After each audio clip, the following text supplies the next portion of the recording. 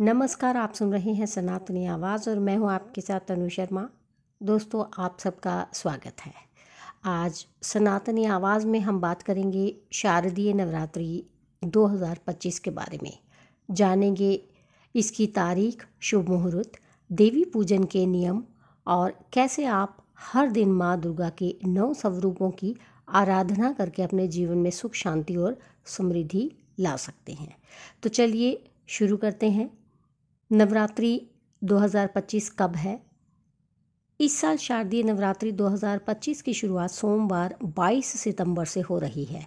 इसी दिन प्रतिपदा तिथि के साथ कलश स्थापना या घट स्थापना की जाती है। नवरात्रि का समापन 2 अक्टूबर 2025 को दशहरा के दिन होगा।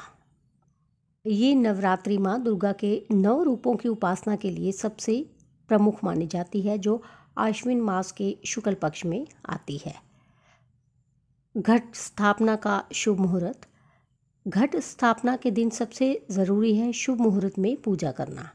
तो दोस्तों, 22 सितंबर को घट स्थापना का शुभ समय है सुबह 6:09 से 8:06 तक।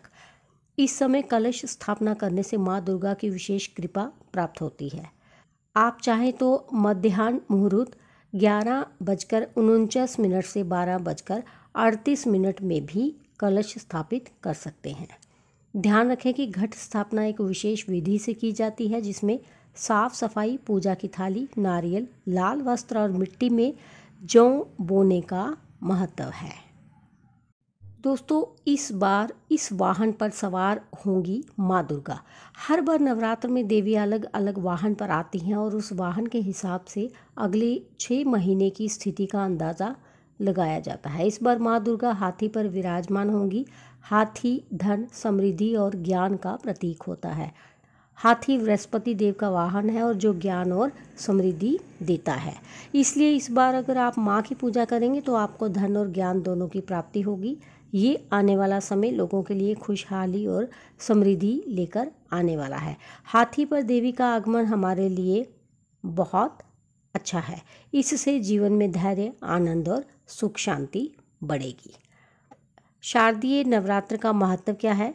दुनिया की सारी शक्ति महिलाएं या नारी रूप में ही है, इसलिए नवरात्र में देवी की पूजा होती है। देवी खुद ही शक्ति की मूर्त है, इसलिए नवरात्र को शक्ति की नवरात्र भी कहते हैं। नवरात्र के 9 दिन 9 अलग अलग रूपों में माँ दुर्गा की पूजा होती है, जिन्हें नव दुर्गा कहा जाता है। हर एक रूप से हमें अलग अलग आशीर्वाद और वरदान मिलता है। साथ ही जो ग्रहों की बाधाएं होती हैं वे भी दूर होती हैं। हर दिन का रंग, मंत्र और भोग भी अलग होता है, जिससे पूजा और अधिक प्रभावशाली बनती है। चलिए अब बात करते हैं अष्टमी, नवमी और कन्या पूजन की। दोस्तों, अष्टमी और नवमी के दिन विशेष पूजा की जाती है। इन दिनों में कन्या पूजन और हवन का आयोजन करना शुभ माना जाता है। संधि पूजा अष्टमी और नवमी की संधि बेला में होती है। ये पूजा विशेष फलदायी मानी जाती है। कन्या पूजन में 2 से 10 साल तक की कन्याओं को देवी स्वरूप मानकर पूजते हैं। उन्हें भोग, चने, हलवा और पूड़ी खिलाई जाती है। नवरात्रि के नियम व व्रत। नवरात्रि के दौरान सात्विक जीवन शैली अपनानी चाहिए। प्याज, लहसुन, तामसिक भोजन और नकारात्मक विचारों से दूर रहें। रोज सुबह स्नान कर साफ वस्त्र पहने माँ दुर्गा की पूजा करें और दुर्गा सप्तशती का पाठ करें। व्रत रखने वाले लोग दिन भर फलाहार करते हैं और शाम को माँ की आरती के बाद एक समय भोजन करते हैं। अगर संभव हो तो 9 दिन तक अखंड ज्योत जलाना बहुत ही शुभ माना जाता है। विजयदशमी का महत्व। 2 अक्टूबर 2025 को विजयदशमी यानी दशहरा मनाया जाएगा। ये बुराई पर अच्छाई की जीत का पर्व है। इसी दिन भगवान राम ने रावण का वध किया था। नवरात्रि का ये अंत आपके जीवन में भी हर प्रकार की नकारात्मकता का अंत लेकर आए, यही कामना है।